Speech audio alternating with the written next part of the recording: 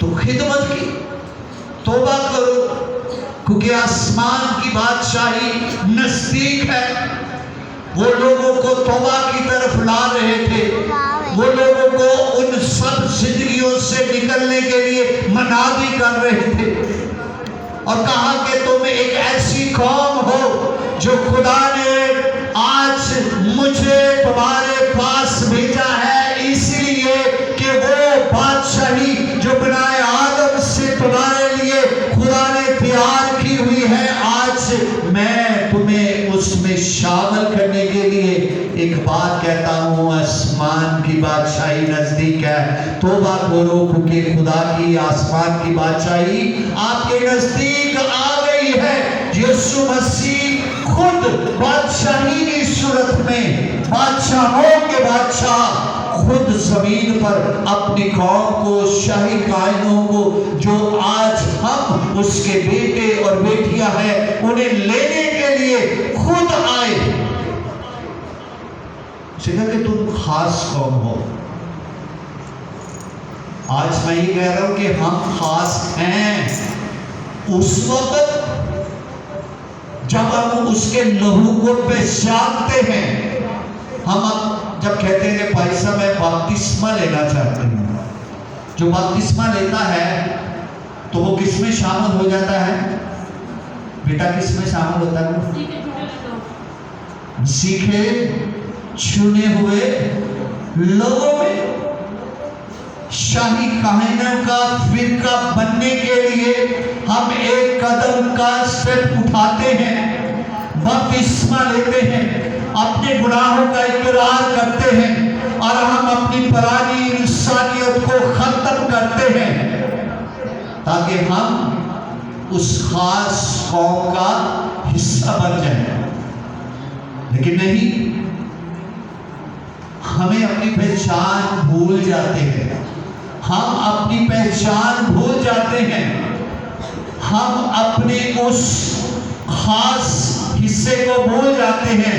لکھا ہے کیا بھی ہم نے پڑھا ہے، کیا لکھا ہے؟ تاکہ اس کی خوبیاں ظاہر کرو جس نے تمہیں تاریکی سے اپنی عجیب روشنی میں بلایا۔ ہمیں بلاتے ہیں، خدا کے خادم منادی کرتے ہیں، توبہ کرو، اس ساری کائنوں کا حصہ بن جاؤ، وہ مقدس قوم بن جاؤ، وہ خاص ملکیت بن جاؤ،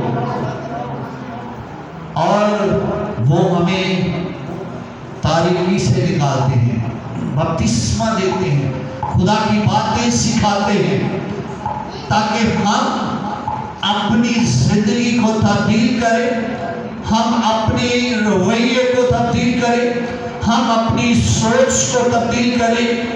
جیسے مسیح کا رویہ ہے، ہم ویسے رویے کو اختیار کریں، تاکہ جہاں بادشاہوں کا بادشاہ ہے وہاں ہم اس قوانین کو سیکھیں۔ اگر ہم ملک پاکستان میں رہتے ہیں تو ہم ملک پاکستان کے قوانین کو فالو کرتے ہیں۔ جی ایڈر صاحب شارتے روک دے ہو، موٹر سائیکل شارتے روک دے ہو، بل بھی ادا کرتے ہیں، ٹیکس بھی ادا کرتے ہیں، جو بھی قوانین ہیں ہم ادا کرتے ہیں، لیکن اشارے پہ کیوں رکتے ہیں؟ تاکہ کیا نہ ہو جائے؟ چلان۔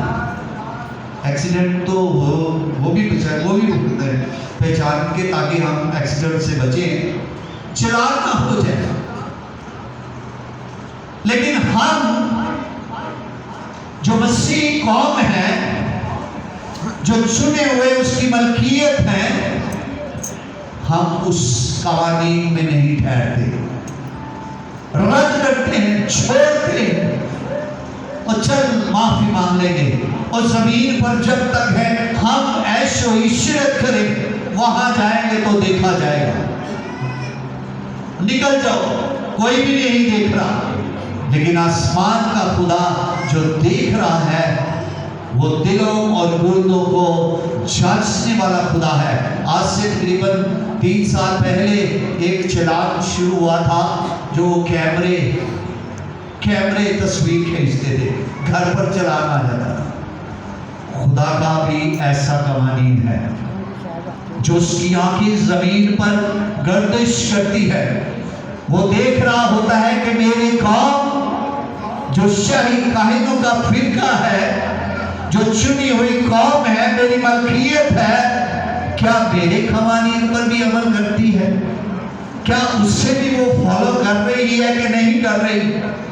جسے میں نے تاریکی سے نکال کر، اس کے گناہوں کی زندگی سے نکال کر، میں نے اپنے خون کا فدیہ دے کر اس روشنی میں شامل کیا ہے، اس محل میں شاہی کاہنوں کے فرقے میں شامل کیا ہے، اس تاریکی کے کاموں میں سے نکال کر، وہ تاریکی کی زندگی سے نکال کر، وہ جہاں روشنی نہیں۔ ایک شخص تھا جو کھیلا رہتا تھا، سب کچھ اس کا ختم ہو گیا اور پیسے دینے کے لیے، بل جمع کرانے کے لیے پیسے لیے، بجلی بھی کٹ گئی۔ دن کے ٹائم اس نے صبح نکلنا، اپنی روٹی کے لیے نکلنا، رات کو جب اندھیرا ہونا اس وقت اس نے گھر میں آ جانا۔ اس کو یہ بھی پرواہ نہیں تھی کہ میں نے اپنے گھر کی صفائی کرنی ہے۔ اس کو یہ بھی علم نہیں تھا کہ میرے گھر میں کتنا گند ہے، میرے کمرہ میں کتنی بدبو ہے۔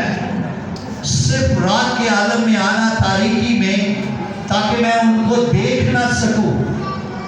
ایک دن ایسا ہوا، کسی شخص کی نگاہ اس پر پڑی تو اس نے کہا کہ آپ کو میں بجلی فراہم کر دیتا ہوں، میں بجلی لگوا دیتا ہوں، تاکہ آپ رات کو اندھیرے میں نہ رہیں بلکہ روشنی میں رہیں۔ اس نے کہا ٹھیک ہے، آپ میرے لیے یہ کر سکتے ہیں، کرا دیں۔ اس نے روشنی، بلب کی روشنی اسے عطا کی، اور جب بلب کی روشنی اس کے کمرہ میں آئی تو جب رات کے عالم میں وہ آیا تو اس نے دیکھا کہ میرے گھر میں اتنی گندگی، اتنی چیزیں بکھری ہوئی ہیں۔ ایسا ہی اگر ہم دیکھیں کہ جب ہم تاریکی میں ہوتے ہیں تو ہمیں اپنی ان چیزوں کا علم نہیں ہوتا جو ہمارے اندر ہیں، کیونکہ ابلیس نے ہمارے ذہن پر قبضہ کیا ہوتا ہے۔ وہ تاریکی اس نے ہمارے ذہن پر چھائی ہوئی ہوتی ہے، ہمیں کچھ نہیں پتا ہوتا ہم کیا کر رہے ہیں، دنیا میں فکروں میں ہے، ہمیں کچھ نہیں پتا کہ ہماری زندگی میں کون سی گندگی پیدا ہو گئی ہے، کون سے ایسے کام ہماری زندگی میں پیدا ہو گئے ہیں۔ تو اس نے کیا کیا، جب اس کی زندگی میں روشنی آئی تو وہ پچھتایا کہ واقعی تاریکی میں گندگی ہے، تاریکی میں مایوسی ہے، تاریکی میں ہمیشہ بدبو پیدا ہوتی ہے، اور جب روشنی آ جاتی ہے، اور جب انسان کی زندگی میں روشنی آ جاتی ہے تو آنکھیں بھی کھل جاتی ہیں۔ جیسے اس شخص کی آنکھیں کھل گئی، اس لیے اسے کہا کہ میں نے تمہیں عجیب روشنی میں بلایا، پہلے تم کوئی امت نہ تھے مگر اب خدا کی امت ہو۔ پہلے ہم کوئی امت نہیں تھے کیونکہ ہم تاریکی میں تھے، ہمارے اندر سب کچھ تھا۔ جب ہم روح القدس سے معمور ہو جاتے ہیں، جب ہم بپتسمہ لے لیتے ہیں تو ہمارے اندر سے وہ گند خدا صاف کرتا ہے۔ ہم اپنے گناہوں سے توبہ کرتے ہیں، ہم پانی میں سے جب نکلتے ہیں تو ہمارے جسم سے خدا خود ہمیں دھو ڈالتا ہے، اور وہ کہتا ہے کہ ایسی روشنی میں تمہیں بلایا ہے، پہلے تم کوئی امت نہ تھے مگر اب خدا کی امت ہو، تم پر رحمت نہ ہوئی تھی مگر اب تم پر رحمت ہوئی ہے۔